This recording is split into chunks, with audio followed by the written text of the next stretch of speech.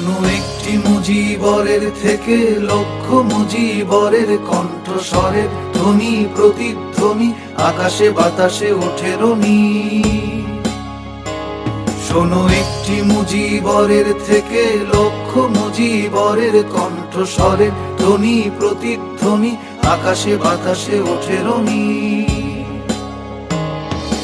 বাংলাদেশ আমার বাংলাদেশ, বাংলাদেশ আমার বাংলাদেশ। 50 বাংলাদেশ স্বাধীনতা দিবসের বিশেষ আয়োজন। সবাইকে শুভেচ্ছা। আজকের এই দিনে বাংলাদেশের একটি ঐতিহাসিক দিন। আমরা জানি যে যেখানে আছি সবাই প্রাণ ভরে বুক ভরে আজকে নিঃশ্বাস নিচ্ছি। এরকম একটি সময়ের নিঃশ্বাসটা আমরা বুকে অনেক দিন ধরে রাখতে চাই।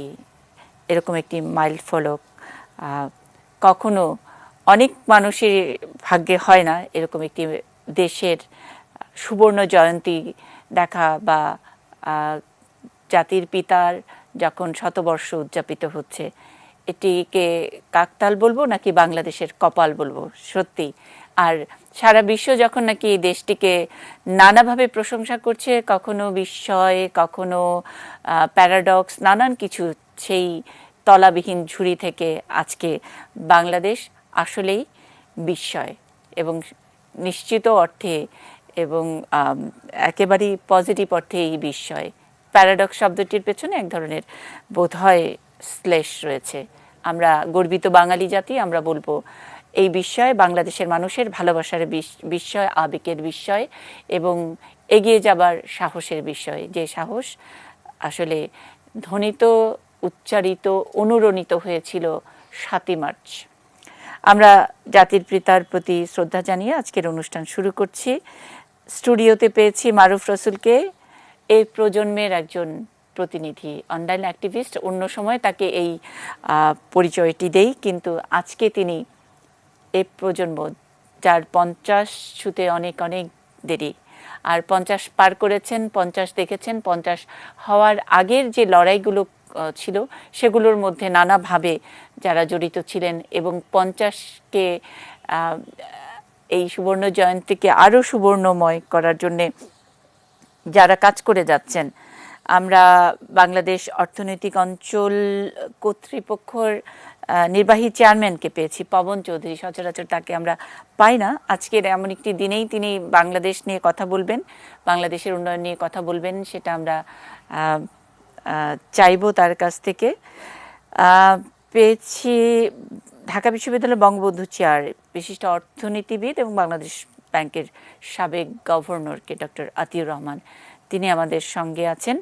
আর অনেক দূর থেকে সংযুক্ত হয়েছেন মোশাররফ হোসেন ভূঁইয়া, জার্মানিতে বাংলাদেশের রাষ্ট্রদূত। স্বাগত জানাচ্ছি এরকম একটি দিনে আমাদের সঙ্গে যুক্ত হওয়ার জন্য। আমাদের বিশেষ আয়োজনটি শুরু করতে চাই। এটি নিউজের একটু পুরনো, বছরখানেক আগে করা আমাদের একটা স্লোগান, এবং সেটা দিয়ে আমরা আমাদের বাংলাদেশের এগিয়ে যাওয়াটাকে বোঝাই সবসময়, যেটাকে আমরা আমাদের টেলিভিশনের ভাষায় বলি ফিলার। সবাই, গোটা বিশ্ব যখন যেমন করে বলে গন্তব্য এখন বাংলাদেশ।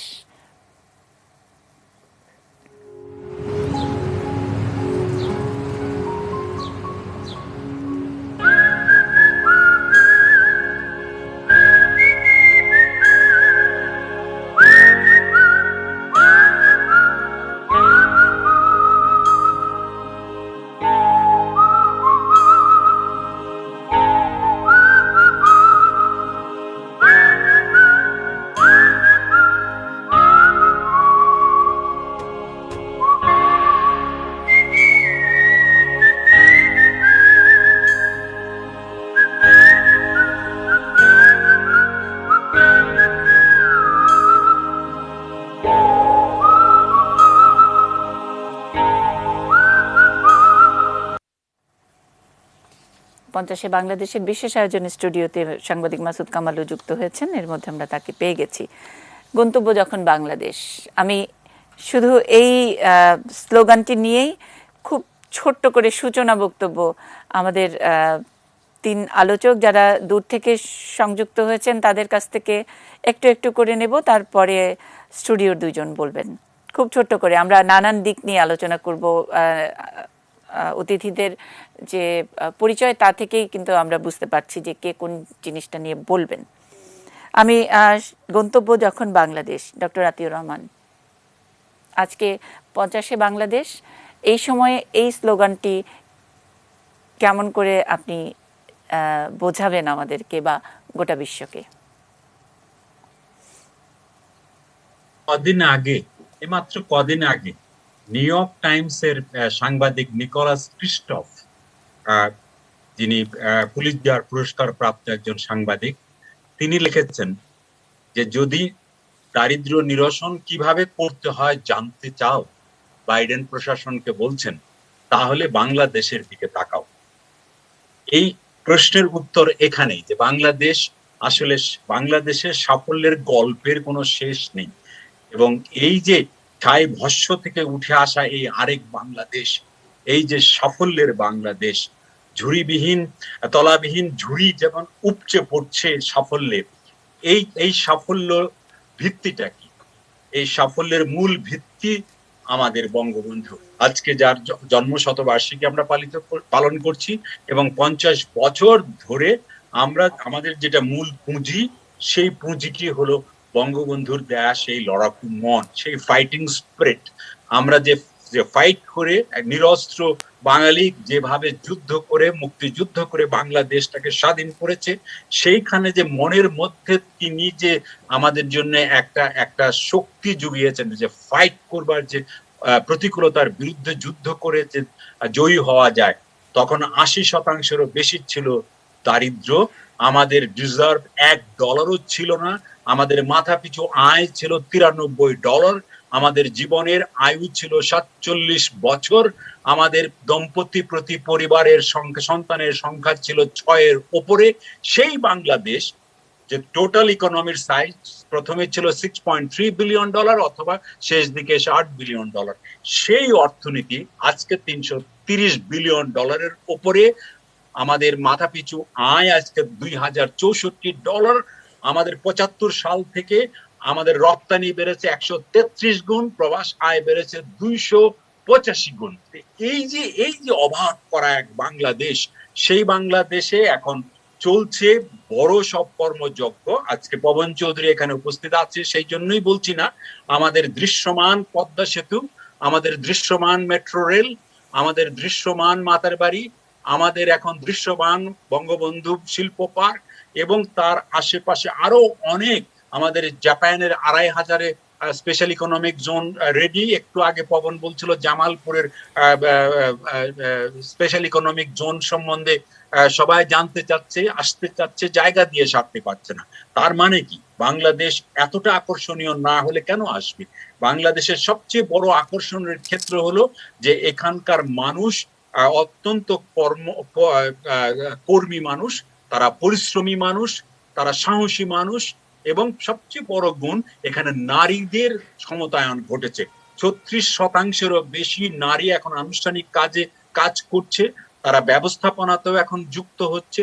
2 নম্বর, এখানকার যে সামাজিক পরিবেশ, এটা অত্যন্ত হসপিটেবল, সবাইকে আকর্ষণ করে, সবাইকে এখানে করে। আমাদের কিছু কিছু ঘাটতি ছিল, সেটি হলো ডেফিসিট ছিল অবকাঠামোতে। আমি সেই কথাই বললাম যে এখন অবকাঠামো উন্নতি হচ্ছে, আমাদের 3rd টার্মিনালটা তৈরি হচ্ছে। এটা যদি তারও সুন্দর তাড়াতাড়ি তৈরি হয়, কারণ একটা এয়ারপোর্ট হলো ফার্স্ট লাভ, প্রথমেই এসে তার চোখ, তাকে ভালো লাগলে দেশকেও ভালো লাগবে। সুতরাং এই জায়গাগুলো আমাদের কাজ এগিয়ে যাচ্ছে, এগুলো দৃশ্যমান হলে বাংলাদেশের চেহারা যে কি হবে 20 বছর পরে আমরা কল্পনাও করতে পারছি না। সেই জন্য বাংলাদেশের প্রতি এত আকর্ষণ, বাংলাদেশে আসতে চাচ্ছে।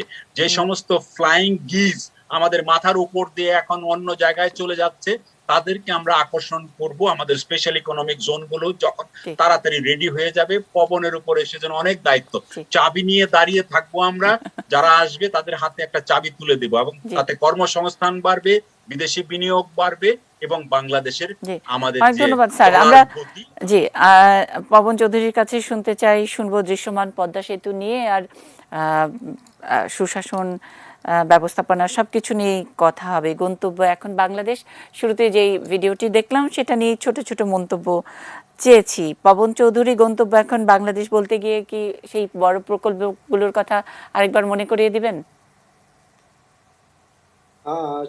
ডেফিনেটলি আমি মনে করি বঙ্গবন্ধু শেখ মুজিবুর রহমান ৬৬ আন্দোলন, ৬ দফা আন্দোলন বা তার আগের যে আন্দোলনগুলো, বিশেষ করে সাধারণ গণমানুষকে আপনার তাদের স্বাধিকার আন্দোলন আদায়ের ক্ষেত্রে যে স্বপ্ন দেখিয়েছিলেন এবং স্বাধীনতার পর একটি আত্মনির্ভরশীল অর্থনীতি উপহার দেওয়ার যে অঙ্গীকার বঙ্গবন্ধুর ছিল, এবং পরবর্তীতে ৭৫-এর সেই বিয়োগান্তক ঘটনার পরে জননেত্রী শেখ হাসিনা যে সুযোগটা পান সাধারণ মানুষের জন্য, তারা যে ধরনের একটা বাংলাদেশ ডিজার্ভ করে সে বাংলাদেশ উপহার দেওয়ার যে সুযোগ তিনি পেয়েছেন, আমি মনে করি তার পরিপূর্ণ বাস্তবায়নের সুযোগটাই এখন আমরা পাচ্ছি, আমরা নিচ্ছি। এবং এখন বর্তমান সময়ে দাঁড়িয়ে আমরা যে বাংলাদেশকে দেখছি, আমি মনে করি যে এর চাইতেও বেশি আপনার উন্নত সমৃদ্ধ বাংলাদেশ বর্তমান অবস্থার তুলনায় বাংলাদেশের মানুষ ডিজার্ভ করে। উন্নত সমৃদ্ধ বাংলাদেশ পাওয়ার ক্ষেত্রে ডেফিনেটলি মেজর কিছু ইনফ্রাস্ট্রাকচার প্রজেক্ট বাস্তবায়ন বাংলাদেশে হচ্ছে, মেগা অনেকগুলো প্রজেক্ট বাস্তবায়ন হচ্ছে, এগুলো সবাই বলে থাকে, সেই জন্য সেদিকে আমি যাচ্ছি না। কিন্তু বাংলাদেশের কাঠামোকে, অর্থনীতির কাঠামোকে সম্পূর্ণরূপে ট্রান্সফর্ম করার জন্য যে ধরনের পলিসি রিফর্মস হওয়া দরকার তার অনেকগুলো ইতিমধ্যে বাংলাদেশে হয়েছে। যে পলিসির কনসিস্টেন্সি দরকার সেটা আমি করি পলিসি মেকাররা নিশ্চিত করবে। কিন্তু একটা জিনিস খেয়াল রাখতে হবে যে আমি 1930-এর দাঁড়িয়ে আপনার 2021 বা 2041 আমরা পেতে পারি না। আমাদের মন মানসিকতায় বড় ধরনের পরিবর্তন আনা দরকার। আমাদের আরো অনেক বেশি পলিসি রিফর্মসের প্রয়োজন হবে, যেটা আপনার উন্নত সমৃদ্ধ দেশের অর্থনীতিকে আপনার সাপোর্ট করবে। সেজন্য বাংলাদেশ অর্থনৈতিক অঞ্চল এই প্রসঙ্গটা নিয়ে আমি আরেকটু বিস্তারিত শুনতেই চাই, আগ্রহ বাড়লো আমার। মন মানসিকতার পরিবর্তন, আমরা 50-এ দাঁড়িয়ে আর যে দেশের মানুষ হলো তার সবচেয়ে বড় শক্তি, সেখানে মন মানসিকতার একটু পিছিয়ে পড়াও আছে কিনা, সেখানে পাল্লা দিতে হবে কিনা নিশ্চয়ই বলবেন। আপনি যে কথাগুলো বলছিলেন যে অবকাঠামো এগিয়ে চলা, সেই 71 থেকে এই পর্যন্ত আপনার সবগুলো কথার সঙ্গেই যেন মিল খাচ্ছিল। আমাদের সহকর্মী রেজন ফয়েজ যে রিপোর্টটি করেছেন আজকের দিনের জন্যে 50-এ বাংলাদেশ, শুভ জন্মদিন বাংলাদেশ, একটু দেখে নিতে চাই, তারপরে স্টুডিওতে দুই অতিথি আছেন, তাদের কাছ থেকে শুনবো।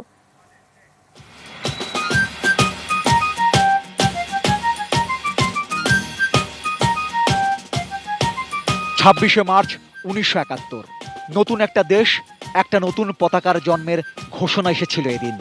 সারা বিশ্ব শুনেছিল নতুন এক উচ্চারণ, বাংলাদেশ। 71-এর 25শে মার্চ রাতে পাকিস্তানি হানাদার বাহিনীর অভিযানের শুরুতেই বঙ্গবন্ধুকে তার ধানমন্ডির বাসা থেকে গ্রেপ্তার করা হয়। গ্রেপ্তারের আগে বঙ্গবন্ধু 26শে মার্চ প্রথম প্রহরে বাংলাদেশের স্বাধীনতা ঘোষণা করেন এবং যে কোনো মূল্যে শত্রুর বিরুদ্ধে প্রতিরোধ গড়ে তোলার আহ্বান জানান। আজ থেকে বাংলাদেশ স্বাধীন, বাংলার ঘরে ঘরে জানিয়ে দাও যে পর্যন্ত না এই প্রতিষ্ঠায়ী বাহিনী বাংলাদেশ থেকে বিতাড়িত না হবে, যে পর্যন্ত না 7 কোটি মানুষ স্বাধীনতা না পাবে, সংগ্রাম চালিয়ে যাও, যুদ্ধ করো। এরপর 9 মাসের মুক্তিযুদ্ধ, 30 লাখ শহীদের রক্ত, আরো অগণিত আত্মত্যাগে বাংলাদেশের স্বাধীনতা।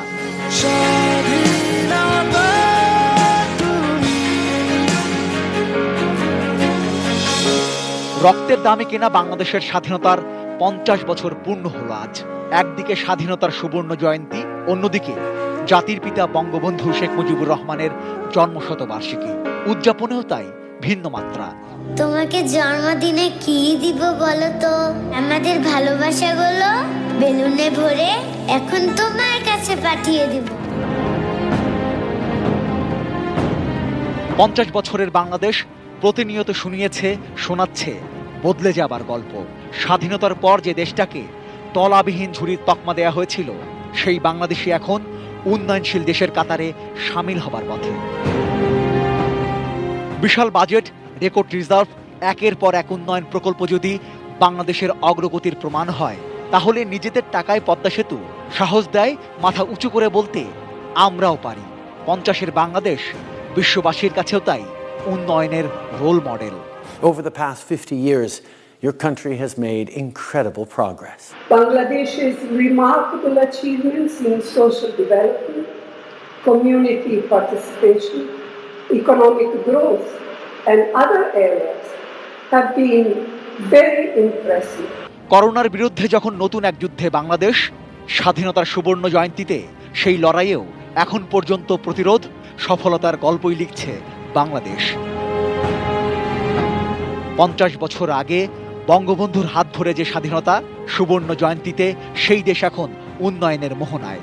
নৌকার মাঝি বঙ্গবন্ধু কন্যা প্রধানমন্ত্রী শেখ হাসিনা। জাতির পিতার জন্মশতবার্ষিকী এবং স্বাধীনতা সুবর্ণ জয়ন্তীকে সামনে রেখে আমাদের দেশকে নতুন উচ্চতায় নিয়ে যাওয়ার নতুন করে শপথ নিতে হবে। সকল ঝড় ঝঞ্ঝা কাটিয়ে স্বপ্নের সোনার বাংলা হোক 50-এর বাংলাদেশ, এই শুভকামনায়। বাংলাদেশ আমার বাংলাদেশ। Rezwan Faiz, ATN news, Dhaka. অন্যরকম একটি উচ্চতায় নিয়ে যাওয়ার স্বপ্ন প্রত্যয় এই 50-এর বাংলাদেশের। 50-এর চেয়ে অনেক কম বয়স মারুফ রসুল। এই 50-এ যখন আমরা কথা বলছি, নিঃশ্বাস নিচ্ছি, ইতিহাসের একটা অংশ আছে। কেমন লাগছে?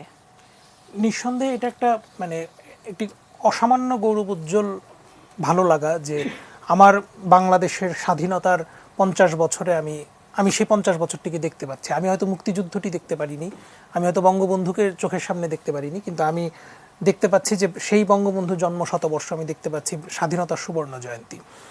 এবং আজকে শ্রদ্ধেয় আতিউর রহমান স্যার যে কথাগুলো বলছিলেন, আমি শুনছিলাম যে বাংলাদেশের অর্থনৈতিক ভৌত অবকাঠামোগত উন্নয়নের জায়গাগুলো বলছিলেন, এবং যে ফিলারটি দিয়ে শুরু হলো আমাদের এই অনুষ্ঠানটি, সেখানে গন্তব্য এখন বাংলাদেশ। আমার কাছে এই বিষয়টি সবচেয়ে গুরুত্বপূর্ণ মনে হয়েছে বাংলাদেশের কাছে, যে 1975 সালের 15ই আগস্টের পর বাংলাদেশকে একের পর এক মার খেতে হয়েছে। সাংবিধানিকভাবে জনগণের অধিকারের দিক থেকে একের পর এক মার খেতে হয়েছে। আজকে বাংলাদেশ যে কোনো বিভ্রান্তি, যে কোনো ভুল কিংবা যে কোনো গুজবের বিরুদ্ধে প্রশ্ন করতে পারে, বাংলাদেশ চ্যালেঞ্জ করতে পারে। একটি প্রজন্ম বাংলাদেশে বড় হয়েছে, প্রায় দুটো প্রজন্ম বাংলাদেশে বড় হয়েছে যারা ইতিহাসের মিথ্যাচার নিয়ে কোনো প্রশ্ন করতে পারেননি, কোনো চ্যালেঞ্জ করতে পারেননি। আজকে পৃথিবীর যে কোনো প্রান্তে বাংলাদেশের মুক্তিযুদ্ধ নিয়ে যদি একটি বিভ্রান্তিমূলক বক্তব্য দেওয়া হয়, যে কোনো প্রান্ত থেকে সেটা বাংলাদেশের মানুষ চ্যালেঞ্জ করতে পারে। এই চ্যালেঞ্জের জায়গাটি আমার কাছে মনে হয়েছে 50 বছরের অনেক বড় একটি অর্জন। মাসুদ কামাল, একটু শুনতে চাই সাংবাদিকের কাছে। নিশ্চয় মনে করতে পারি মারুফের যেরকম আজকে গর্ববোধ হচ্ছে যে 50 বছরের এই সময়টা মারুফ একটি টিভি অনুষ্ঠানে সে গেস্ট হিসেবে কথা বলছে। আমরাও বোধহয় যখন 25 বছর উদযাপিত হয়েছিল ওয়ার্কিং জার্নালিস্ট, আমরা এখনো ওয়ার্কিং জার্নালিস্ট, 25 বছরের দিনটির কথা মনে আছে। তখন অনেক বড় বড় অতিথি এসেছিলেন, তখন আমরা পেছনে দাঁড়িয়ে অন্তত সেই ক্ষণটার সাক্ষী, সেই উদযাপনটার সাক্ষী হওয়ার জন্য ছিলাম। তখন এক ধরনের আমাদের হতাশাও ছিল যে জানি না 50 বছর দেখতে পারবো কিনা। মাসুদ কামাল, আজকে কি এরকম কিছু হতাশা মনে হচ্ছে নাকি আমরা অনেকখানি কন্টেইন? দেখেন, আমার বয়স 50-এর বেশি। অবশ্যই। তো স্বাধীনতা যুদ্ধ আমি দেখেছি, ছোট ছিলাম কিন্তু দেখেছি। তো যেটা হয়, 50 তো অনেক বয়স, অর্ধ শত না, আমরা 50 বছর পার হয়ে এসেছি। এখন একটা শিশু যখন জন্ম নেয়, প্রথম দিকে কিন্তু যখন হাঁটতে যায় না, হোঁচট খায়। তো 50-এ যখন আসে তখন সে একদম পূর্ণ বয়স্ক। তখন কিন্তু ওই অতীতের হোঁচটগুলি নিয়ে আলোচনা করাটা খুব একটা কাজের কাজ নয় সামনের দিকে এগিয়ে যাওয়ার ক্ষেত্রে। তো আমাদের দেশে আমরা যতটুকু এগিয়েছি, আমি মনে করি যে আমি তো অবশ্যই গর্বিত। ডক্টর আতিউর রহমান সাহেব তো একদম স্ট্যাটিস্টিক্স দিয়ে আমাদেরকে দেখিয়ে দিলেন আমরা কতটা এগিয়েছি। কিন্তু আবার বিপরীত দিকে আরেকটা কথাও আছে, সেটা হলো কি, একটা কথা বলা হয়ে থাকে যে আত্মতৃপ্তি এবং আত্মহত্যা খুব কাছাকাছি দুটো শব্দ। কিন্তু যখন আপনি আত্মতৃপ্তিতে ভুগতে থাকবেন তখন আপনার আত্মহত্যা করতে বেশি সময় লাগবে না। তো আত্মতৃপ্তির সময় মনে এখনো হয়নি। আমরা এগিয়ে যাচ্ছি সামনের দিকে, আমরা আরো অগ্রসর হব ইনশাল্লাহ। আমাদের সবগুলি যে অর্থনৈতিক দিকটা আমাদের যেমন আমরা সফল হয়েছি, আমরা অনেকটা দিক দিয়ে আগে যেটা বলতো তলাহীন ঝুরি, ওটা তো বলবেই, তখন তো আমরা শিশু ছিলাম, কাজে ওই বলাটাকে আমি ধরি না, কিন্তু ওইটাকে ধরে আমাকে এখন আত্মতৃপ্তি পেতে হবে আমি তা মনে করি না।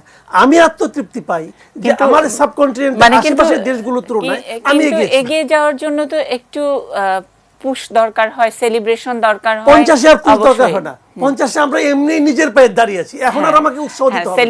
সেলিব্রেশনটা তো আমি বলছি যে আমরা একটু প্রশংসা বিমুখ জাতি কিনা, যে কোনো কিছুতে না আমরা প্রশংসা বিমুখ জাতি না। আমাদের মানে আমরা আমাদের কাজ যে করি, সবচেয়ে বড় সুবিধাটা কি, কিসিঞ্জার কি বলেছিল এটা ইম্পর্টেন্ট না, ইম্পর্টেন্ট হলো আজকে প্রতিবেশী দেশগুলোর তুলনায় আমরা এগিয়ে আছি। That is the point. প্রতিবেশী দেশগুলোর দিক দিয়ে সমস্ত দিক দিয়ে আমরা এগিয়ে আছি, এদিকটা ভালো। আবার একটু কিন্তু একটু চোরা কাটার মতো আছে, যেমন সেটা কি, যেমন গণতান্ত্রিক দিক দিয়ে আমরা কিন্তু গণতান্ত্রিক মূল্যবোধের বিবেচনায় অতটা অগ্রসর হতে পারিনি। তবে আমি আশাবাদী কারণে হয়ে যাবে, একটা যখন হয়েছে একটা হবে। মানে এই বাঙালিরই তো প্রবাদ, পেটে খেলে পিঠে সয়। আগে আমরা ঠিকঠাক থাকি, উন্নয়নের যে মহাসড়ক সেখানে আমাদের গাড়িটা ঠিকঠাক চলুক, তারপরে গণতন্ত্রের যেই চোরা কাটাগুলো আছে সেগুলো নিশ্চয়ই আমরা শুধরে নিতে পারবো। আজকে 50 বাংলাদেশ, এই আশাবাদটুকু তো সবসময় আমরা করছি, এটাই আমাদের প্রার্থনায় থাকছে। আমরা আমাদের সঙ্গে অনেক দূর থেকে যুক্ত হয়েছেন জার্মানিতে নিযুক্ত বাংলাদেশের রাষ্ট্রদূত মোশাররফ হোসেন ভূঁইয়া, আমরা তার কাছ থেকে শুনব 50 বাংলাদেশ বিশেষ আয়োজনে আমরা আছি একটা ছোট্ট বিরতি।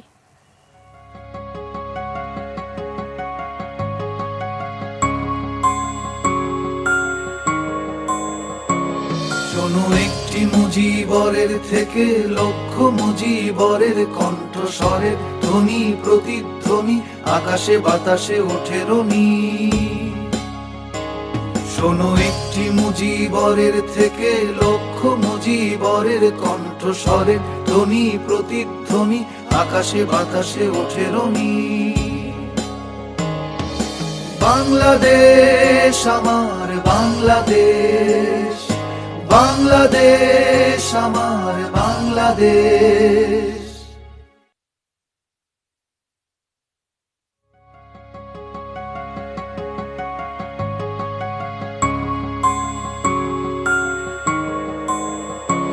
শোনো একটি মুজিবরের থেকে লক্ষ মুজিবরের কণ্ঠস্বরের ধ্বনি প্রতিধ্বনি আকাশে বাতাসে ওঠে রনি। শোনো একটি মুজিবরের থেকে লক্ষ মুজিবরের কণ্ঠস্বরের ধ্বনি প্রতিধ্বনি আকাশে বাতাসে ওঠে রনি। বাংলাদেশ আমার বাংলাদেশ, বাংলাদেশ আমার বাংলাদেশ। 50 বাংলাদেশ আমাদের বিশেষ আয়োজন, বাংলাদেশের 50 বছর পূর্ণ হওয়া অর্থাৎ স্বাধীনতার দিনে আজকে। মোশাররফ হোসেন ভূঁইয়া, জার্মানিতে নিযুক্ত বাংলাদেশের রাষ্ট্রদূত, আপনি বলবেন ইমেজ এবং মেগা প্রকল্পগুলো নিয়ে। ধন্যবাদ আপনাকে। আজকে বাংলাদেশের স্বাধীনতার 50 বছর পূর্তি এবং একই সাথে জাতির পিতা বঙ্গবন্ধু শেখ মুজিবুর রহমানের জন্ম শতবার্ষিকী বছর পালনের যে সময়টি, এটিতে আজকের যে আলোচনা আপনি সূচনা করেছেন এটি অত্যন্ত সময় উপযোগী বলবো। আমি গত নভেম্বর মাসে যখন জার্মানির রাষ্ট্রপতি জ্যাক স্টেইনমায়ারের কাছে পরিচয়পত্র পেশ করি, তখন তিনি প্রথম যে কথাটি বলেছিলেন, আমি আপনাদেরকে স্মরণ করাই, এর কয়েকদিন আগেই IMF ডিক্লেয়ার করেছে যে আমাদের পার্শ্ববর্তী প্রতিবেশী দেশের তুলনায় আমাদের জাতীয় আয়ের, মাথাপিছু জাতীয় আয় এবং অন্যান্য সূচকে আমরা এগিয়ে আছি। তো সেটির উদাহরণ দিয়ে তিনি বলেছেন যে তোমরা খুব উন্নতি করছো এবং এটার কারণ কি। তো আমি তাকে যেই কথাটি বলেছি সেটি হলো যে আমাদের সফল নেতৃত্ব, ধারাবাহিক নেতৃত্ব, আর একটি হলো আমাদের জনগণের যে শক্তি সেটি। জনগণের শক্তিটি দুভাবে আসে, একটি হলো তারা ভোক্তা, আরেকটি হলো উদ্যোক্তা এবং তারা কর্মী। দুটোই আমরা যা উপার্জন করি আমরা সেটা ভোগ করি এবং এর ফলে আমাদের ইকোনমি ভাইব্রেন্ট থাকে। আরেকটা জিনিস আমি যেটি মাননীয় প্রধানমন্ত্রী গতকালই যেটি বলেছেন যে আমরা এই কর্মসংস্থানের ফলে কিন্তু দারিদ্র্য বিমোচন করতে পেরেছি। তো এই প্রসঙ্গগুলিতে আমি আসব। আমি আরেকটা বিষয় বলি যেটি জ্যাক স্টেইনমেয়ার আমাকে পয়েন্ট আউট করেছেন, সেটি হলো যে রোহিঙ্গা ইস্যুতে তিনি বললেন যে আমরা অত্যন্ত মানবিকতার পরিচয় দিয়েছি রোহিঙ্গাদেরকে আমরা জায়গা দিই। তো এই সুযোগ গ্রহণ করে আমি তাকে বললাম যে ঠিক আছে, আমরা প্রায় 12 লক্ষ রোহিঙ্গাকে আমাদের দেশে স্থান দিয়েছি এবং তাদেরকে আমরা সহায়তা বাইরে থেকে আসে, তারপরও আমাদের উপর এটা একটা বিরাট বোঝা। এটিকে যাতে লাঘব করা যায়, যাতে রিপেট্রিয়েশন সম্ভব হয়, সে ব্যাপারে যেন তারা সচেষ্ট থাকে। তো আমি জার্মানির যথেষ্ট সহানুভূতি এই দিকটায় পেয়েছি। আমি আরেকটা জিনিস উল্লেখ করতে চাই এখানে, যে আমাদের যে এক্সপোর্ট এখন রেডিমেড গার্মেন্টস এবং অন্যান্য সবকিছু মিলিয়ে, এর মধ্যে রেডিমেড গার্মেন্টসই হলো বেশি, প্রায় 85-86%। তো এই রেডিমেড গার্মেন্টস এর প্রথম ডেস্টিনেশন হলো সবচেয়ে বেশি যায় মার্কিন যুক্তরাষ্ট্রে এবং সেকেন্ড ডেস্টিনেশন জার্মানি। জার্মানিতে গত কয়েক বছর প্রায় $6 বিলিয়ন আমাদের রপ্তানি। তো এখন বাংলাদেশের এই রপ্তানি বাণিজ্য, যেটিকে আমাদের এন্টারপ্রেনিউররা এগিয়ে নিয়েছে এবং এট দি সেম টাইম সরকারি সহায়তা। আপনি মেগা প্রকল্পের কথা বলেছেন, আমি প্রথমেই যেটি বলবো, আমি এর সাথে যেহেতু অঙ্গাঙ্গি জড়িত ছিলাম, পদ্মা সেতু যখন টানাপোড়েন শুরু হয় বিশ্ব ব্যাংকের সাথে, বিশ্ব ব্যাংক করবে কি করবে না এই ধরনের একটা, তখন মাননীয় প্রধানমন্ত্রী নিজে পদ্মা সেতুর যে লোন সেটি প্রত্যাখ্যান করেছেন এবং প্রত্যাখ্যান করে বলেছেন নিজের টাকায় আমরা পদ্মা সেতু করব। আর অনেকে তখন এটাতে সন্দিহান ছিলেন, কিন্তু বঙ্গবন্ধু কন্যা একেবারে দৃঢ় প্রতিজ্ঞ ছিলেন এবং সেটি তিনি বাস্তবে করে দেখিয়েছেন। মাননীয় প্রধানমন্ত্রীর এই একটিমাত্র আত্মবিশ্বাসী এবং যুগান্তকারী সিদ্ধান্তের ফলে পৃথিবীর বুকে বাংলাদেশের মাথা অনেক উঁচু হয়েছে। আপনি দেখেন যে সাথে সাথে মেট্রো রেলের জন্য $7 বিলিয়ন সহায়তা নিয়ে জাপান এসছে। বর্তমানে বাংলাদেশে এটি ছাড়াও জাপানি সহায়তায় যে মেগা প্রকল্পগুলি হচ্ছে, পৃথিবীতে সবচেয়ে বেশি সহায়তা এখন বাংলাদেশে জাপানের পক্ষ থেকে আসছে। আর আমাদের অন্যান্য ডেভেলপমেন্ট পার্টনারদের তুলনায়ও এখন জাপান সবচেয়ে উপরে আছে। আরেকটি খবর, আমি যেহেতু সেতু বিভাগে কাজ করেছি, সেখানে ফিজিবিলিটি স্টাডি চলছে, পাতাল রেল ঢাকা প্রথমে, এরপরে হয়তো অন্য জায়গায় হতে পারে, তো পাতাল রেল যদি হয়ে যায়, মেট্রো রেল, পাতাল রেল, তারপরে পদ্মা সেতু, রূপপুর পারমাণবিক প্রকল্প, তারপরে ডিপসি পোর্ট, পায়রা সমুদ্র বন্দর, আরো যে বড় বড় মেগা প্রকল্পগুলি আছে, এইগুলির সাফল্য কিন্তু আমাদের দেশের মানুষের এবং আমাদের বর্তমান সরকারের। আমি দুই একটি, মাননীয় প্রধানমন্ত্রী গতকাল কয়েকটা স্ট্যাটিস্টিক্স দিয়েছেন, যেমন আমাদের দেশের 2005-06 যে জাতীয় আয় ছিল $543, সেটি এখন $2064 দাঁড়িয়েছে।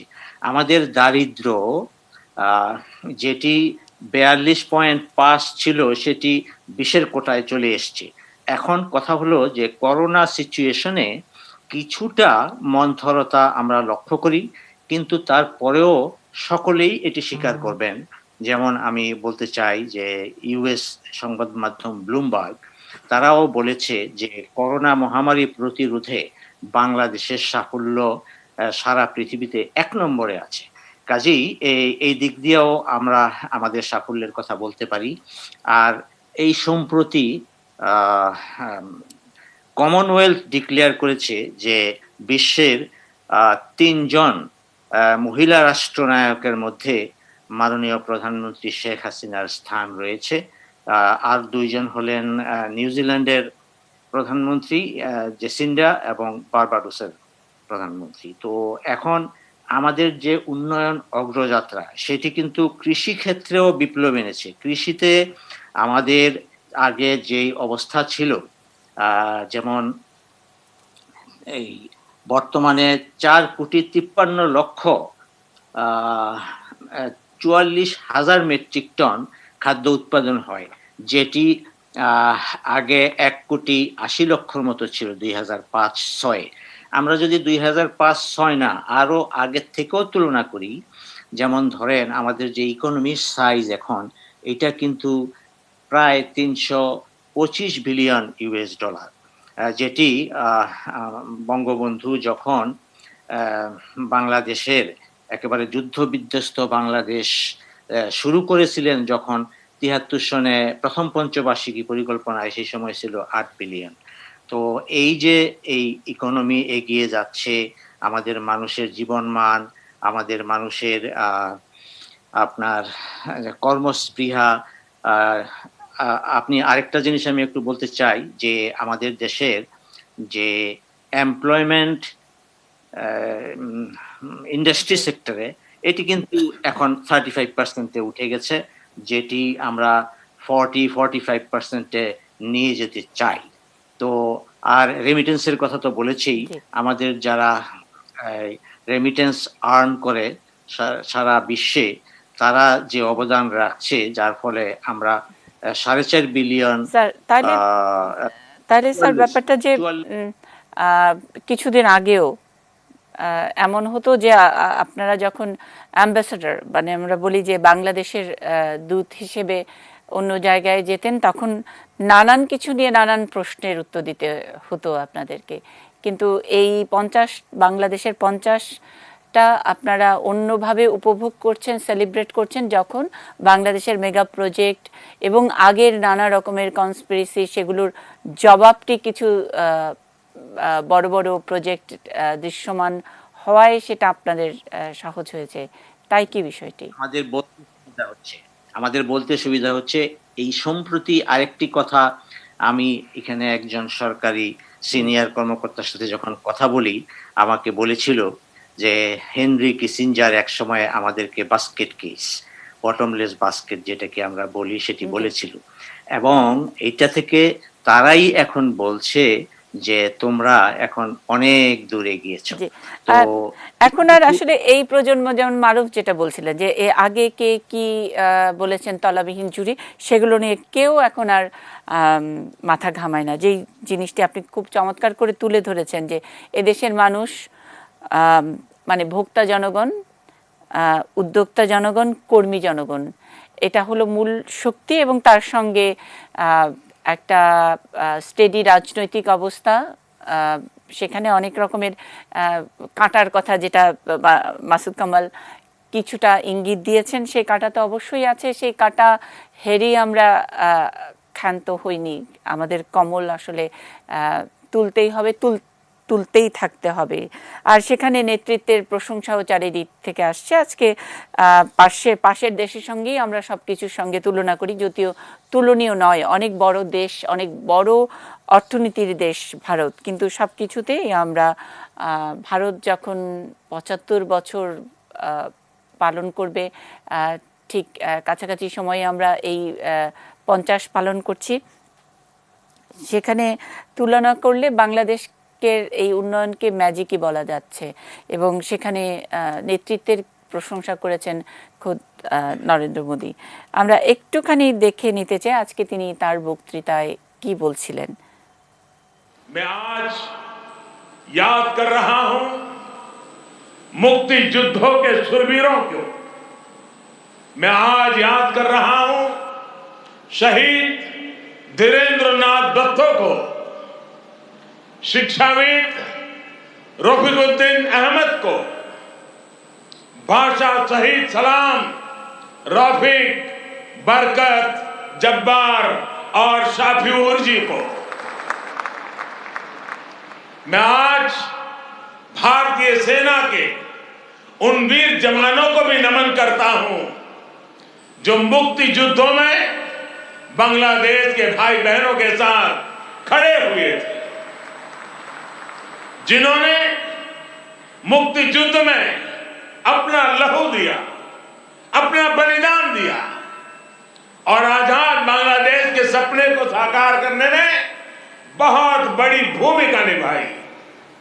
50 বাংলাদেশ এই আলোচনায় নেতৃত্বের যে প্রশংসা সেটাও শুনছিলাম আমরা। দেশ বিদেশের অনেক নেতৃবৃন্দ আমাদের বাংলাদেশের 50-এ বাংলাদেশের মানুষকে শুভেচ্ছা জানিয়েছেন, সফল নেতৃত্বেরও প্রশংসা করেছেন। একটা বিরতির পরে আরো অন্যান্য প্রসঙ্গ নিয়ে ফিরছি, একটা ছোট্ট বিরতি।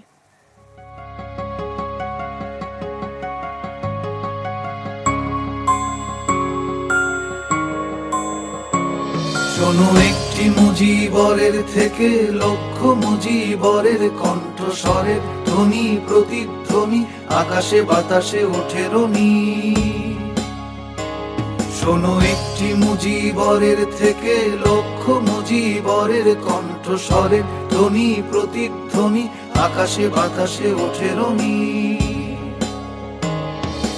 বাংলাদেশ আমার বাংলাদেশ, বাংলাদেশ আমার বাংলাদেশ।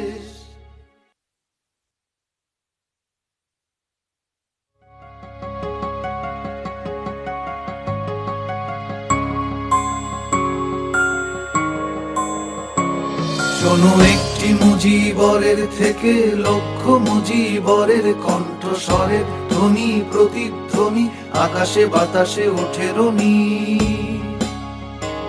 শোনো একটি মুজিবরের থেকে লক্ষ মুজিবরের কণ্ঠস্বরের ধ্বনি প্রতিধ্বনি আকাশে বাতাসে ওঠে রনি। বাংলাদেশ আমার বাংলাদেশ, বাংলাদেশ আমার বাংলাদেশ। বাংলাদেশের স্বাধীনতার 50 বছরে বিশেষ আয়োজন 50-এ বাংলাদেশ। বলছিলাম সফল নেতৃত্বের কথা এবং যেই সফল নেতৃত্বের ব্যাপারে দেশ বিদেশের যারা সুধীজন আছেন, নেতৃত্ব আছেন, তারা সকলেই শুভেচ্ছা জানিয়েছেন বাংলাদেশকে, বাংলাদেশের নেতৃত্বকে। তারই অংশবিশেষ শুনবো। প্রথমে রেজওয়ান ফয়েজের রিপোর্ট, তারপর আমরা দেখে নিতে চাই পাকিস্তানের প্রধানমন্ত্রী আমাদেরকে কি শুভেচ্ছা দিয়েছেন। বঙ্গবন্ধুর জন্ম শতবার্ষিকী ও স্বাধীনতার সুবর্ণ জয়ন্তী উদযাপনে 10 দিনের আয়োজনের শেষ দিনের অতিথি ভারতের প্রধানমন্ত্রী নরেন্দ্র মোদী। আজ বাংলাদেশ কা রাষ্ট্রীয় দিবস হ্যায়। শুক্রবারের অনুষ্ঠানে নরেন্দ্র মোদী 71-এ বাংলাদেশের মুক্তিযুদ্ধে ভারতীয়দের অংশগ্রহণের ইতিহাস তুলে ধরেন। বললেন, ভারত ও বাংলাদেশকে একসঙ্গে এগিয়ে যেতে হবে, তাহলে দুই দেশই সহজেই লক্ষ্যে পৌঁছতে পারবে। भारत और बांग्लादेश एक साथ मिलकर आगे बढ़े, इस पूरे क्षेत्र के विकास के लिए उतना ही जरूरी है। और इसलिए आज भारत और बांग्लादेश दोनों ही देशों की सरकारें इस संवेदनशीलता को समझकर इस दिशा में सार्थक प्रयास कर रही। পুরো বক্তব্য জুড়েই বঙ্গবন্ধু ও বাংলাদেশের ভূয়সী প্রশংসা করেছেন মোদী। বললেন, স্বাধীনতার পর বাংলাদেশকে নিয়ে যারা তুচ্ছ-তাচ্ছিল্য করেছিল, শেখ হাসিনার নেতৃত্বে বাংলাদেশ তাদের ভুল প্রমাণ করেছে। मुझे खुशी है कि शेख हसीना जी के नेतृत्व में बांग्लादेश दुनिया में अपना दमखम दिखा रहा है।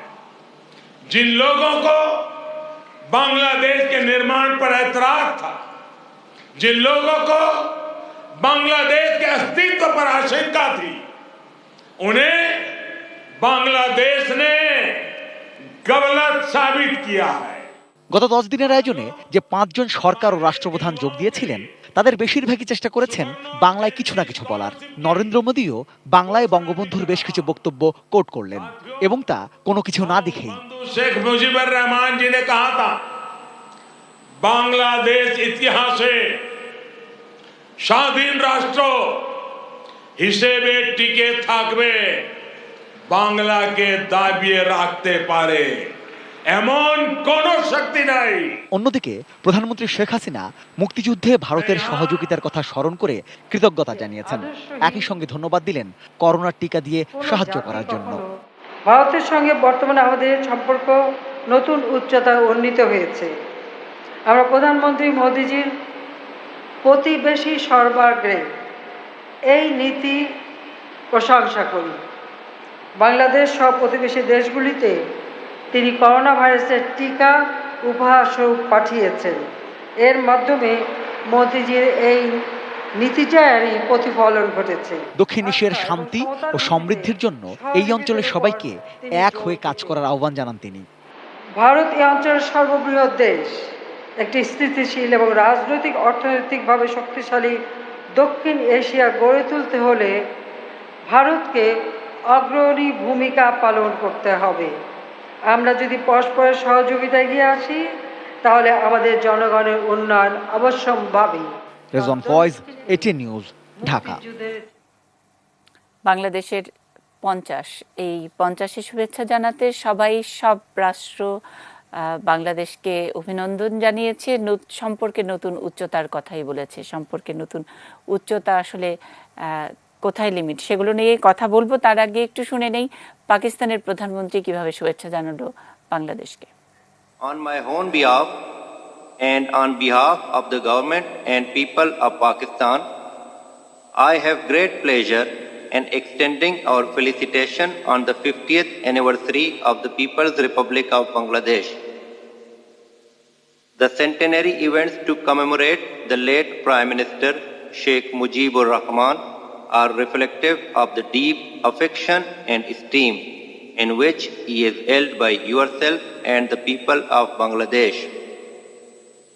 Pakistan deeply values its fraternal ties with Bangladesh, which are based on shared history, common faith, and convergent interests in promoting lasting peace and security, as well as sustainable prosperity in our region and beyond. The centenary and the golden jubilee of Bangladesh remind us of the far-sighted vision of reconciliation and friendship between our two peoples, so dearly cherished by the leaders of Pakistan and Bangladesh. Pakistan remains a sincere partner in the fullest realization of this vision. We would like to fortify our existing bonds with brotherly Bangladesh and build new ones for our succeeding generations, as we believe the destinies of our two peoples are intertwined.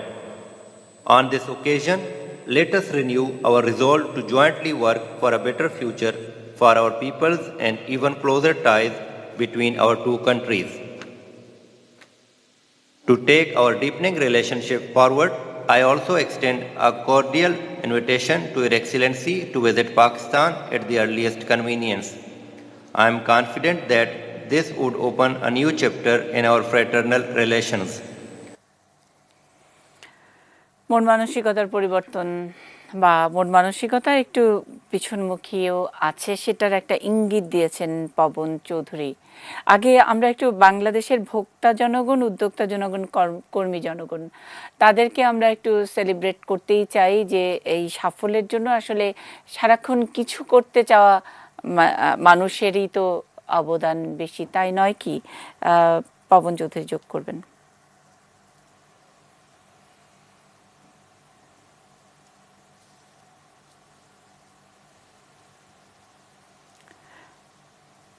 Pawan Chowdhury, আপনি আপনার আগের বক্তব্যে বলছিলেন মন মানসিকতার একটু পিছনমুখিতার কথা বলেছিলেন। ডেফিনেটলি আমরা যখন আসলে আত্মতৃপ্তিতে ভুগি, যে রেফারেন্সটা বা পার্টিসিপেন্টরা ইতিমধ্যে বলেছেন, এর কোনো অবকাশ আছে বলে আমি মনে করি না। আমি শুধু আমার আশেপাশে যারা আছে তাদেরকে নিয়ে চিন্তা করলে চলবে না। একটা জাতির ইতিহাসে 50 বছর কিন্তু অনেক দীর্ঘ সময়। তো ভাই এর মধ্যে আমাদের ইকোনমি অনেক ম্যাচিউর হয়েছে, আমাদের প্রজ্ঞা অনেক ম্যাচিউর হয়েছে, এবং আমাদের যে জায়গাটা যাওয়া উচিত ছিল বলে আমি মনে করি সেই জায়গায় কিন্তু আমরা যেতে পারিনি। আমাদের খুব বেশি দূরের নয়, ডিস্টেন্ট নেইবার ভিয়েতনামের অগ্রগতির দিকে যদি আমরা তাকাই, সে বছর শুধু স্মার্টফোনই এক্সপোর্ট করেছে $60 বিলিয়ন। সে যে ইলেকট্রনিক এবং আপনার কম্পিউটার এক্সপোর্ট করছে সেটা আমার টোটাল এক্সপোর্টের চাইতে বেশি। আমরা টোটাল যে এক্সপোর্ট করি সেটা কিন্তু ফিগারটা খুবই কম। তার মূল কারণ হচ্ছে আমাদের অন্যান্য মার্কেটগুলোতে আমাদের অ্যাক্সেসিবিলিটি ভেরি লিমিটেড। আমাদের যে বড় বড় ইকোনমির সাথে যে এফটিএ গুলো থাকার কথা ছিল সেটা কিন্তু ভিয়েতনামের যেভাবে আছে ইউ বলি বা within the ASEAN trade block বলি, সাউথ এশিয়ান কান্ট্রি, বড় আমাদের নেবার ভারতের সাথে তাদের এফটিএ বলি, এই ধরনের সুযোগটা কিন্তু বাংলাদেশের এখনো পর্যন্ত নেই। এই দুর্বলতার কারণটা কি দেখছেন? এই দুর্বলতার কারণটা কি আমরা কিছু করতে চাই না? যে মানুষের জন্য এই সাফল্যের কথা বলছি সেই মানুষ দায়ী, নাকি এখানে পলিসি এবং এখানে যারা নাকি এই দুতিয়ালি করেন তাদেরও আরেকটু প্রোঅ্যাক্টিভ হওয়া, কূটনৈতিক সম্পর্ক সবটা মিলে আপনি আসলে আমাদেরকে মানে সাধারণ মানুষকে কতখানি দায়ী বলেন যে আমরা কিছুই হয়তো এই দিকে কিছুটা ভিয়েতনামের সাথে পাল্লা দিতে অনেক পিছিয়ে আছি, সেখানে দুর্বলতাটা কোথায়? সে ধরনের বিতর্কে আমি যাব না, সেটা আমার কাজও নয়। আমি মনে করি এই জায়গাগুলো, যে জায়গাগুলোতে আমরা পিছিয়ে আছি সেটা আমাদেরকে অর্জন করতে হবে। যে জায়গাগুলোতে আমি অন্যের চাইতে কম্পারেটিভ অ্যাডভান্টেজ আছি সেটা আমাকে আপনার ক্যাপিটালাইজ করতে হবে। এখন আমরা যদি ইনভেস্টমেন্টের কথা বলি, ডক্টর আতিউর স্যার ইতিমধ্যে বলেছেন আমরা এই রিজিয়নের মধ্যে বিগেস্ট ইন্ডাস্ট্রিয়াল সিটি আমরা ডেভেলপ করছি, বঙ্গবন্ধু শেখ মুজিব শিল্পনগর, যেটা 30,000 একরের চাইতে বেশি জমিতে এখন ডেভেলপ করা হচ্ছে। এটা পৃথিবীর অনেকের কাছে কিন্তু ইতিমধ্যে একটা বিস্ময়কর উদ্যোগ হিসাবে চিহ্নিত হয়েছে। এবং জাপান তাদের যে প্রথম ইকোনমিক জোন আমরা করতেছি 2,500-এ, সেটার পর অলরেডি সেকেন্ড ইকোনমিক জোন হিসেবে বঙ্গবন্ধু শেখ মুজিব শিল্পনগর সুজেস কর্পোরেশনকে এটা করার জন্য প্যাট্রোনাইজ করতেছে এবং সেখানে একটা পোর্ট করার জন্য স্টাডির জন্য আমরা জাইকার সাথে চুক্তি করেছি। এই যে বাড়তি আগ্রহ জাপানের মতো একটা ডেভেলপড ইকোনমি দেখাচ্ছে এবং অন্যান্য দেশ দেখাচ্ছে, ইন্ডিয়ান ইকোনমিক জোন আমরা করতেছি, এর কিন্তু মূল কারণ হচ্ছে আস্থার জায়গাটা আমরা তৈরি করতে পেরেছি। আমি মনে করি একইভাবে পলিসি কনসিস্টেন্সিটা যদি থাকে, যদি পলিসি রিফর্মস গুলো যেটা থাকে, যে কারণে ভিয়েতনামে যাচ্ছে, সেই একই কারণে যদি আমরা পরিবেশটা তৈরি করতে পারি, একরকম ইনফ্রাস্ট্রাকচার বলি, সেটা আরো উন্নত করতে পারি, কোয়ালিটি ইলেকট্রিসিটি দিতে পারি, all utility services, quality services যদি এনশিওর করতে পারি, এবং আমরা যদি এই বিষয়টাও নিশ্চিত করতে পারি যে যারা বিনিয়োগ এখানে করবেন, যেমন বাংলাদেশ ব্যাংক অনেক উদ্যোগ নিয়েছে, যার ফলে এখন পুরোপুরি বৈদেশিক বিনিয়োগ এখানে আসা যেমন সহজ হয়েছে, তেমনি তাদের ক্যাপিটাল এবং প্রফিট রিপেট্রিয়েশনের ক্ষেত্রে অনেক বেশি সহজ হয়েছে আগের চেয়ে। আমরা যে ওয়ান স্টপ সার্ভিস অ্যাক্ট করেছি এবং ওয়েসেস সেন্টার করেছি, এর ফলে কিন্তু সেবাগুলো বিনিয়োগকারীদের কাছে অনলাইনে পেতে অনেক বেশি সুবিধা হচ্ছে। ইন দ্য মিন টাইম আমরা 48 সার্ভিসেস অনলাইনে এনশিওর করেছি। এই জায়গাটা আরো বেশি সুসংহত করতে হবে এবং দেশি এবং বিদেশি বিনিয়োগকারী উভয়ের কাছে আমাদের আস্থার জায়গাটা আমি মনে করি সুসংহত যদি করতে পারি এবং বিদেশি বিনিয়োগ ক্রমান্বয়ে আসার যে হার এখন আছে সেটা যদি বাড়াতে পারি। ইতিমধ্যে কিন্তু বঙ্গবন্ধু শেখ মুজিব শিল্পনগরে আমরা $20 বিলিয়ন বেশি বিনিয়োগ কনফার্ম করেছি এবং জমি বরাদ্দ করেছি তাদের জন্য। এর মধ্যে বড় একটা অংশ কিন্তু ফরেন ইনভেস্টমেন্ট। জাপানিজ ইকোনমিক জন্য মিনিমাম 100 কোম্পানিজ আর কামিং। আমরা নাম ডিসক্লোজ করতে চাই না, কিন্তু এটা বলতে পারি এখানে globally reputed companies are coming there. Already they have confirm their investment at the Japanese economic zone in 2,500। এরকম আপনার বঙ্গবন্ধু শিল্পনগরে অনেক বড় বড় বিদেশি কোম্পানিগুলো কনফার্ম দেয়ার ইনভেস্টমেন্টস। এই ট্রেন্ডটা ধরে রাখতে হলে কিন্তু আমাদেরকে আরো অনেক কিছু করতে হবে। সেটা শুধু অবকাঠামো নয়, সেটা শুধু বাংলাদেশের ইকোনমিতে এসএমইর কন্ট্রিবিউশন বাড়ানো নয়, সেটা আমাদের শুরুতে আমি যে কথাটা বলেছিলাম, আমাদের মাইন্ডসেটটা কিন্তু এই যুগের উপযোগী করতে হবে, যাতে বিদেশি বিনিয়োগ বলি দেশীয় বিনিয়োগ বলি আপনার এখানে বাড়ার জন্য, গ্রো করার জন্য পরিবেশটা আরো উন্নত হয়। জি, আমার মনে হয় সাংবাদিক মাসুদ কামাল কিছুটা হলেও স্বস্তি পেয়েছেন যে আজকে আমরা 50-এ বাংলাদেশ শুধুই সেই উচ্ছ্বাস, সেই আবেগ সেলিব্রেট করছি তা নয়, 50 ম্যাচুরিটির একটি প্রতীক, সেটাও নিশ্চয়ই যার মতো একটা বড় জায়গায় যিনি বসে আছেন তিনি কিন্তু একেবারে তার জায়গা থেকে ঠিকঠাক পলিসি কনসিস্টেন্সির যে অভাব রয়েছে সেটি আজকে 50-এর দিনেই তিনি স্পষ্ট করে উচ্চারণ করলেন। আসলে বাংলাদেশ কিন্তু এভাবেই 50-এ এগিয়েছে। মাসুদ কামাল কিছু যোগ করবেন কিনা? দেখেন, একটা দেশ না একটা দেহের মতো, মানব দেহের মতো। আপনি সিদ্ধান্ত নিলেন আপনি সামনের দিকে যাবেন, কিন্তু আপনার পা আপনাকে সহযোগিতা করলো না, আপনি কিন্তু যেতে পারবেন না। তো আমাদের নেতা আছেন, আমাদের নেতৃত্ব আছে, ওনারা সিদ্ধান্ত নিচ্ছেন আমি এটা করতে চাই, আমি দেশের উন্নতি করতে চাই, কিন্তু ওনাকে তো উনি যেভাবে চান সেরকম সহযোগিতা থাকা লাগবে। যাদের উপর সহযোগিতাটা আশা করি ওনারা যদি স্তুতি নিয়ে ব্যস্ত থাকেন তাহলে কিন্তু সহযোগিতাটা আসবে না। এখন এইখানে হলো সমস্যা। যেমন ধরেন আমি একটা উদাহরণ, সিম্পল একটা উদাহরণ দিয়ে বলি। পবন চৌধুরী সাহেব কিন্তু একটা ইঙ্গিত দিয়েছেন। আমাদের এখানে এখন তো যে সময় এসেছে আপনি কিন্তু একা একা উন্নতি করতে পারবেন না, আপনাকে সবার সঙ্গে মিলে কাজটা করতে হবে। তো বিদেশে বিভিন্ন দেশের সঙ্গে আপনাকে সম্পর্ক তৈরি করতে হবে। আপনি প্রশ্ন করলেন যে আপনি কাকে দায়ী করবেন, উনি বললেন না ওনার অবস্থানের কারণে বললেন না। এটা তো খুব সহজ। বিদেশে আমাদের দূতাবাস আছে, তাদের কাজটা কি? এটাই তো কাজ। আপনি অত দূর যাওয়ার দরকার নাই। আপনি যে কোনো প্রবাসী বাংলাদেশকে জিজ্ঞাসা করেন আপনি যে ওই দেশে আছেন, আপনি কি ওই দেশের দূতাবাসের কাছ থেকে পর্যাপ্ত সহযোগিতা পান? আমি আমার 32 বছরের সাংবাদিকতা জীবনে কখনো শুনিনি যে একজন প্রবাসী বাংলাদেশি বলেন যে আমি এত পরিশ্রম দেশের জন্য করতেছি, এখান থেকে টাকা পাঠাচ্ছি, কিন্তু আমার দূতাবাস আমাকে হেল্প করছে কোনো বিপদে পড়লে। আমি শুনিনি। তাহলে বাস্তবতাটা কি? যখন নাকি সবাই দেখেন আমাদের সবচেয়ে বেশি বৈদেশিক মুদ্রা আসে কোত্থেকে? একটা তো গার্মেন্ট, আরেকটা হলো প্রবাসী, হ্যাঁ রেমিটেন্স। তো আমি যদি এখানে ওইভাবে লাগতে পারতাম, দেশের কয়েকটা আদম ব্যাপারী এদের কাছে আমরা জিম্মি হয়ে আছি, অথবা এদেরকে জিম্মি করার সুযোগ দিচ্ছি। যদি না করতাম, আমার তো এখন তো হিউম্যান, এটা তো একটা পাওয়ার না। আমার দেশের লোক বাইরে যখন যায়, যেভাবেই কাজ করুক, শ্রমিক হিসেবে করুক, স্কিল্ড হিসেবে করুক, আনস্কিল্ড হিসেবে করুক, তারা কিন্তু ভালো করে সুনাম নিয়ে আসে। তো সেটাকে আমি কাজে লাগাতে পারছি না। কার জন্য? মানে খুবই চমৎকারভাবে আপনি বললেন যে হয়তো আপনি চলতে চাইছেন পা যদি সহযোগিতা না করে, যদি আমরা বলি দেশটাও দেহের মতো, এবং সকলেরই দায়িত্ব সমানভাবে, নেতৃত্ব থাকলো বা ডিসিশন থাকলো, হাত পাগুলো অচল থাকলো। আজকে মহামান্য রাষ্ট্রপতি তার ভাষণে কি এরকমই কথা বলছিলেন যে আমরা 50-এ, এবং দেশকে এগিয়ে যাওয়ার দায়িত্ব শুধুমাত্র যারা ক্ষমতায় থাকেন বা নেতৃত্ব দেন তারা নয়, প্রতিটি মানুষেরই। আমরা বোধহয় একটু উপরের দিকে তাকিয়ে থাকি, উনি করবেন, তারা করবেন, আমরা কিছু করব না। আমাদের তরুণ প্রজন্মের প্রতিনিধি কি বলছেন? আমি এতক্ষণ ধরে আলোচনাটা শুনে আমার কাছে মনে হচ্ছিল যে 50 বছরের বাংলাদেশের অর্থনীতিটা আমরা আলোচনা করছি, কিন্তু 50 বছরের বাংলাদেশের একটা মনননীতিও আছে। সেই মনননীতির জায়গাটি বোধহয় আমাদের একটা আলোচনা করা প্রয়োজন, এই কারণে যে 50 বছরের বাংলাদেশের যে সাংস্কৃতিক অবস্থা, যেমন মানে স্বাধীনতার সুবর্ণ জয়ন্তীর কয়েকদিন আগে বঙ্গবন্ধুর জন্ম শতবর্ষের দিন সুনামগঞ্জের সাল্লায় যে ঘটনাটি ঘটলো, বাংলাদেশে 50 বছরে যতগুলো সাম্প্রদায়িক নির্যাতন ঘটেছে, বাংলাদেশে 50 বছরে যতগুলো সাম্প্রদায়িক হত্যা ঘটেছে, এই ঘটনাগুলোকে যদি আমরা একটু বিবেচনা করি তাহলে কিন্তু খানিকটা আশাহত আমাদের হতে হয়। মানে এখানে আপনি কাকে দায়ী করবেন? নেতৃত্বকে দায়ী করবেন, এখানে আপনি জনমানস তত্ত্বকে দায়ী করবেন। একটু আগে শ্রদ্ধেয় পবন চৌধুরী সাহেব বলছিলেন যে আমাদের ধ্যান ধারণা, হয়তো তিনি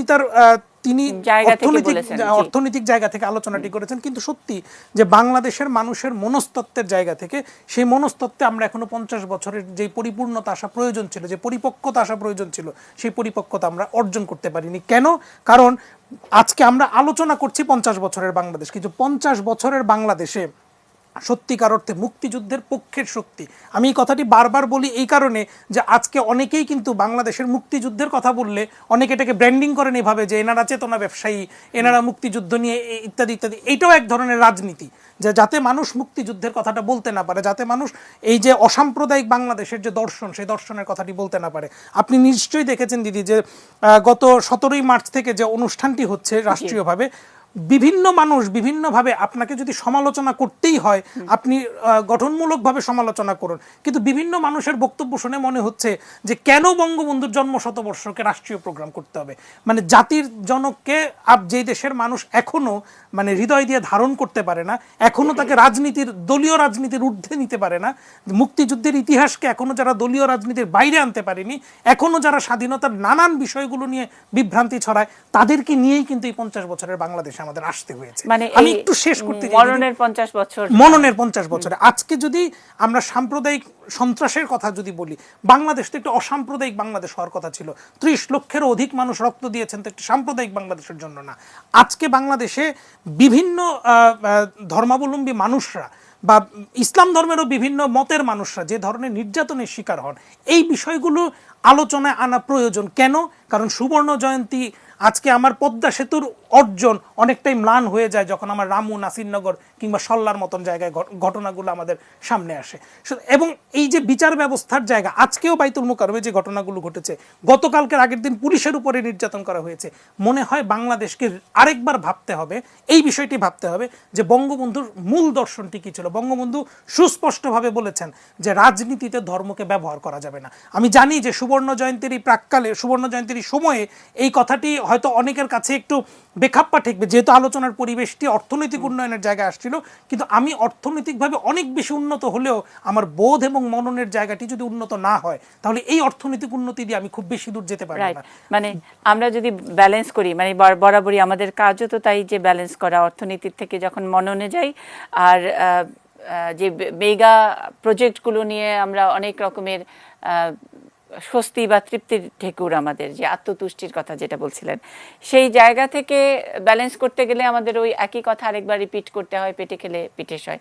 আজকে বোধহয় এই মননের 50 বছরের জায়গায় নতুন করে ভাবার দিন অথবা শপথ, কারণ একটা করে সময়, একটা মাইলস্টোন, একটা নতুন মোড়, নতুন দিক। আমরা উন্নয়নের মহাসড়কে আছি, এই মহাসড়কটা মননের উন্নয়নের মহাসড়কের দিকে নেয়ার জন্য আমাদের সকলের আসলে আরেকটু নতুন করে উজ্জীবিত হওয়া অথবা শপথ নেয়ার দিনটি আজকে হোক, কেন নয়। একেবারে শেষ জায়গায় আমরা একটা ছোট্ট বিরতির পরে সবার কাছ থেকে ছোট ছোট শেষ মন্তব্য 50-এ বাংলাদেশ এই আয়োজনে।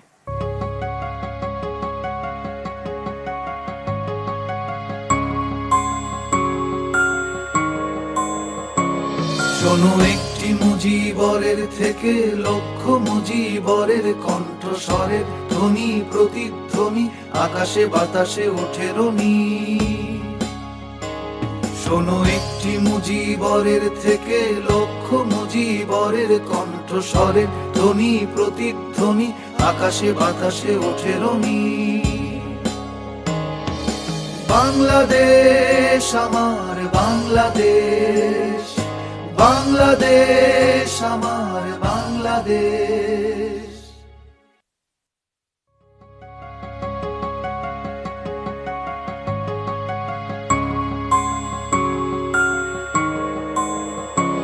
শোনো একটি মুজিবরের থেকে লক্ষ মুজিবরের কণ্ঠস্বরের ধ্বনি প্রতিধ্বনি আকাশে বাতাসে ওঠে রনি।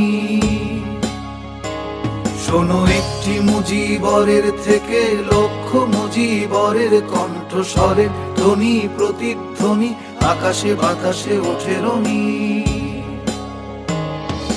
বাংলাদেশ আমার বাংলাদেশ। বিরতির আগে মারুফ রাসূল বলছিলেন মননের 50, এবং এই সময়ে একটা তো প্রত্যয় হতেই পারে, আমরা শপথ নিতেই পারি, কিন্তু রাজনীতি 71 থেকে 2021-এ এই পথ পরিক্রমটা যদি আমরা দেখি, দেশ বিরোধীরা রাজনীতি এই দেশেই রাজনীতি করে যারা দেশের বিরোধিতা করেছিল। বাংলাদেশের সব দিকেই ইউনিকনেস এখানেও আছে, এবং এই 50 বছরে কি সেই বিরোধিতা, ইতিহাস বিকৃতি, সেখান থেকে কোন রকম ম্যাচুরিটিতে পৌঁছেছে রাজনীতি? একটু চেষ্টা করেছেন সহকর্মী সাদাত হাবিবি সেতু, দেখে নেব। 23 বছরের করুণ ইতিহাস, বাংলার অত্যাচারের, বাংলার মানুষের রক্তের ইতিহাস, এই একটা ভাষণ যেন হাজার বছরের পরাধীনতার শৃঙ্খল ভেঙে মুক্তির আকাঙ্ক্ষায় থাকা একটা জাতির রক্তের দামে স্বাধীনতা কিনবার রসদ। এবারের সংগ্রাম আমার মুক্তির সংগ্রাম, এবারের সংগ্রাম স্বাধীনতার সংগ্রাম।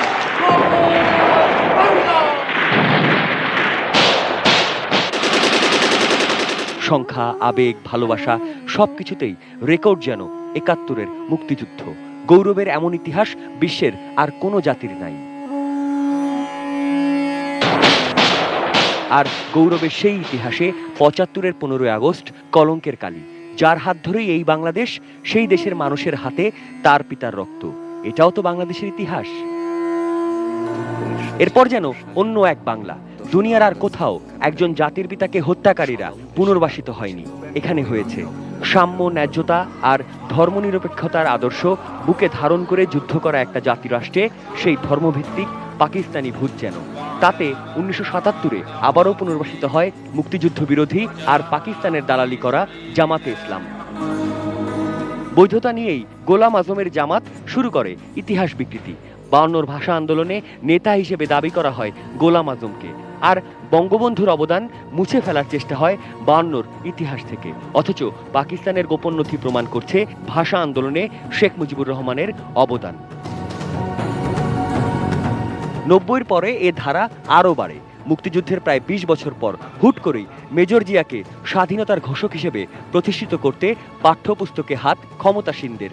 এরপর গেল ৩ দশকে স্বাধীনতার ঘোষণা নিয়েই গোটা জাতিকে বিভ্রান্ত করার চেষ্টা হচ্ছে হরহামেশাই। তিনি তো পাকিস্তানের প্রধানমন্ত্রী হতে চেয়েছিলেন, তিনি তো স্বাধীন বাংলাদেশ চাননি। বঙ্গবন্ধু, মুক্তিযুদ্ধ আর স্বাধীনতাকে নিয়ে বারবার সুকৌশলে বিভ্রান্তি চলছেই। ২৬শে মার্চ, ১৬ই ডিসেম্বর, ১৫ই আগস্ট এই ইস্যুগুলোতে বারবার দুই রাজনৈতিক প্ল্যাটফর্মের পাল্টাপাল্টি বক্তব্য সেই বিভ্রান্তি আর বিতর্ক জিয়ে রাখছে একটি গোষ্ঠী। বলা হয় যে এত লক্ষ লোক শহীদ হয়েছে, এইটা নিয়েও অনেক বিতর্ক আছে। বয়সের হিসাবে ৫০ বছরের যে কেউ অপেক্ষাকৃত প্রজ্ঞা, পরিমিতিবোধ আর দায়িত্বশীল হয়ে থাকেন। বাংলাদেশের ৫০-এ রাজনীতির বিচারে সেটা চাইতে দোষ কি? সুবর্ণ জয়ন্তীর সামনে দাঁড়িয়ে এবারের ৭ই মার্চ উদযাপনের ঘোষণা দেয় বাংলাদেশ জাতীয়তাবাদী দল বিএনপি। কিন্তু চট করেই কিন্তু সেই প্রজ্ঞা, দায়িত্বশীলতার দেখা গেল না। উল্টো ইতিহাসের মীমাংসিত ইস্যুতে আবারও ভুল ব্যাখ্যা। একটি ভাষণ স্বাধীনতা এনে দিতে পারে না। শহীদ প্রেসিডেন্ট জিয়াউর রহমানের যে ঘোষণা, এই ঘোষণাই সমগ্র জাতিকে উদ্দীপ্ত করেছিল স্বাধীনতা যুদ্ধে ঝাঁপিয়ে পড়া।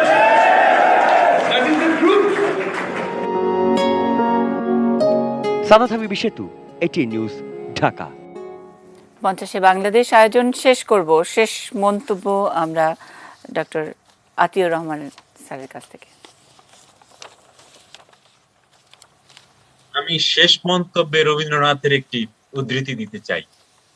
ভারতবর্ষের ইতিহাস প্রবন্ধে রবীন্দ্রনাথ বলেছেন, সেই সব জাতি ভাগ্যবান যারা তাদের সন্তানদের এমনভাবে ইতিহাসে উজ্জীবিত করতে পারে এবং ইতিহাসের সত্যি তারা জানে এবং আগামী দিনের এগিয়ে যান সেই ইতিহাসের শক্তি বলে। আমরা ইতিহাস নিয়ে শুধুই ছক্কা পাঞ্জা খেলছি এবং আজকে মীমাংসিত বিষয়গুলো আবারও আনছি। কোনোভাবেই এখন তো আমাদের তরুণ প্রজন্মরা কিন্তু ঠিকই বুঝতে পারছে যে বঙ্গবন্ধুই বাংলাদেশ, তিনিই বাংলাদেশ। আমি একটি জরিপ করেছিলাম, ৮০০ জনেরও বেশি তরুণদেরকে অনলাইনে জিজ্ঞেস করেছিলাম যে বঙ্গবন্ধু শব্দটি উচ্চারিত হলে তোমাদের কি মনে পড়ে। ৭৪% বলেছে তাদেরকে ৭ই মার্চের সেই ভাষণটির কথা মনে পড়ে, কেননা সেই ভাষণে তিনি তার জীবনকে বাজি রেখেছিলেন আমাদের স্বাধীনতার জন্য। ৬৫% বলেছেন যে বঙ্গবন্ধু শব্দটি উচ্চারিত হবার সাথে সাথে বাংলাদেশের স্বাধীনতার কথাই মনে পড়ে। ৮১% বলেছিলেন, তরুণ মনে করেছিলেন যে নেতৃত্বের গুণাবলীর কারণেই বঙ্গবন্ধু সারা বিশ্বে এতটা গ্রহণীয়। ৮২% তরুণ মনে করেন যে তাদের বঙ্গবন্ধুর আপোষহীন চরিত্রের জন্যই বঙ্গবন্ধু সকলের কাছে এতটা গ্রহণীয়। সুতরাং এই যদি হয় বঙ্গবন্ধু, এই তরুণদের মননকে আমাদের সামনে নিয়ে যেতে হবে এবং এর জন্য ইনভেস্ট ইন পিপল, অর্থাৎ মানুষের উপরে বিনিয়োগ করুন। তাদের শিক্ষা, তাদের সংস্কৃতি, তাদের দক্ষতা, তাদের সাহস, তার উপরে বিনিয়োগ করুন, তাদের উপরে উদ্যোগ নেন, এবং সেই উদ্যোক্তারাই হবে আগামী দিনের বাংলাদেশের কাণ্ডারি। সুতরাং আমরা সেই তরুণ প্রজন্মের দিকেই তাকিয়ে আছি।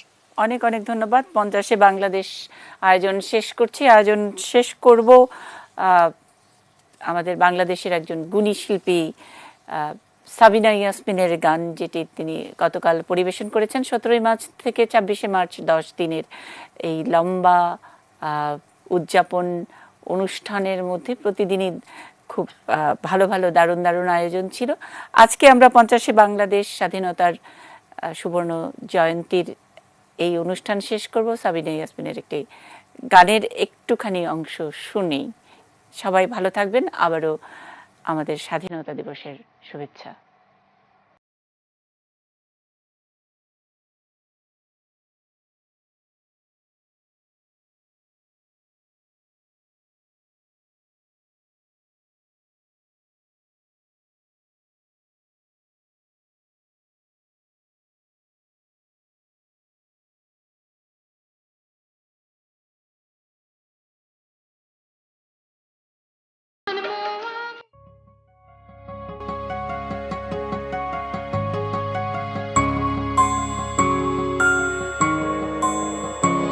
শোনো একটি মুজিবরের থেকে লক্ষ মুজিবরের কণ্ঠস্বরে ধ্বনি প্রতিধ্বনি আকাশে বাতাসে ওঠে রনি। শোনো একটি মুজিবরের থেকে লক্ষ মুজিবরের কণ্ঠস্বরে ধ্বনি প্রতিধ্বনি আকাশে বাতাসে ওঠে রনি। বাংলাদেশ আমার বাংলাদেশ, বাংলাদেশ আমার বাংলাদেশ।